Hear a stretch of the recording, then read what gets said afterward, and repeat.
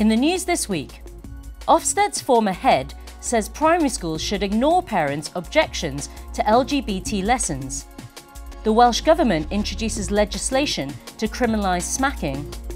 And Roman Catholics fear traditional views will be treated as hate crime. Hello. The former head of Ofsted has said that LGBT lessons at Birmingham's Parkfield School should be reinstated despite parental opposition. Speaking on BBC Radio 4's Today programme, Sir Michael Wilshaw said that parents need to be challenged about their traditional views.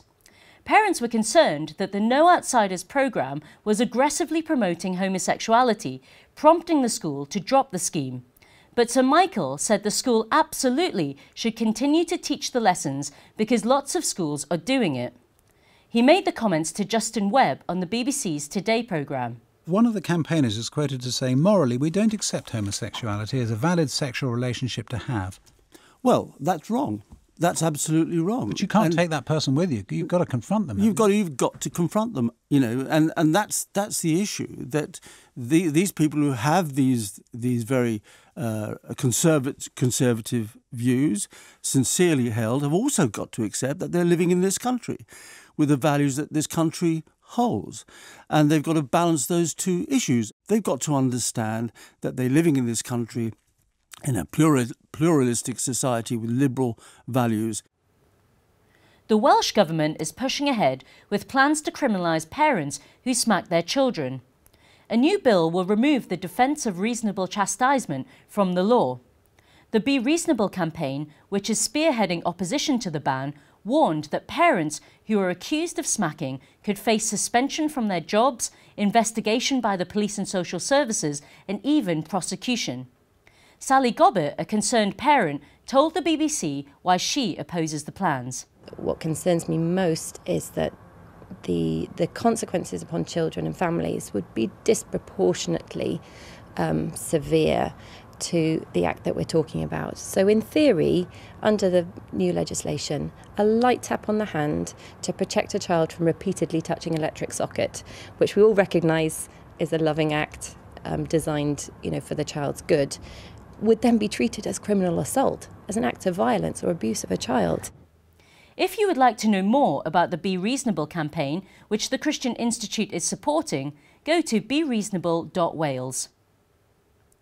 The British Paediatric Neurology Association has warned MPs there is little evidence that medicinal cannabis products are effective or safe.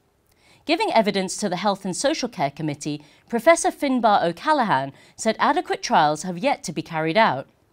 The professor added that it is not appropriate for politicians or the media to determine prescribing practice. The committee also heard from Professor Chris Whitty from the Department of Health and Social Care, who argued that cannabis must not be treated differently to other drugs. He warned that rushing the development of medicines risks disaster. It comes after Dame Sally Davies, the Chief Medical Officer for England, said that medical cannabis has opened a Pandora's box.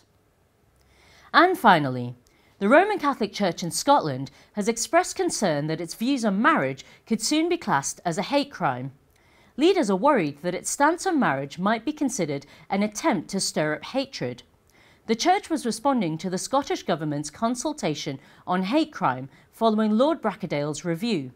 Catholic Parliamentary Office Director Anthony Horan warned that suppressing free speech would create further division and foster grievances across society.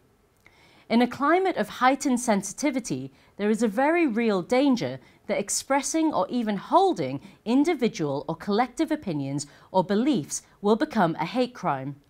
We must guard against this and ensure freedom of expression, thought, conscience and religion are protected. Well, that's all for this week. For more information and regular updates on all of our stories, plus much more, visit our website at christian.org.uk. Until next time, goodbye.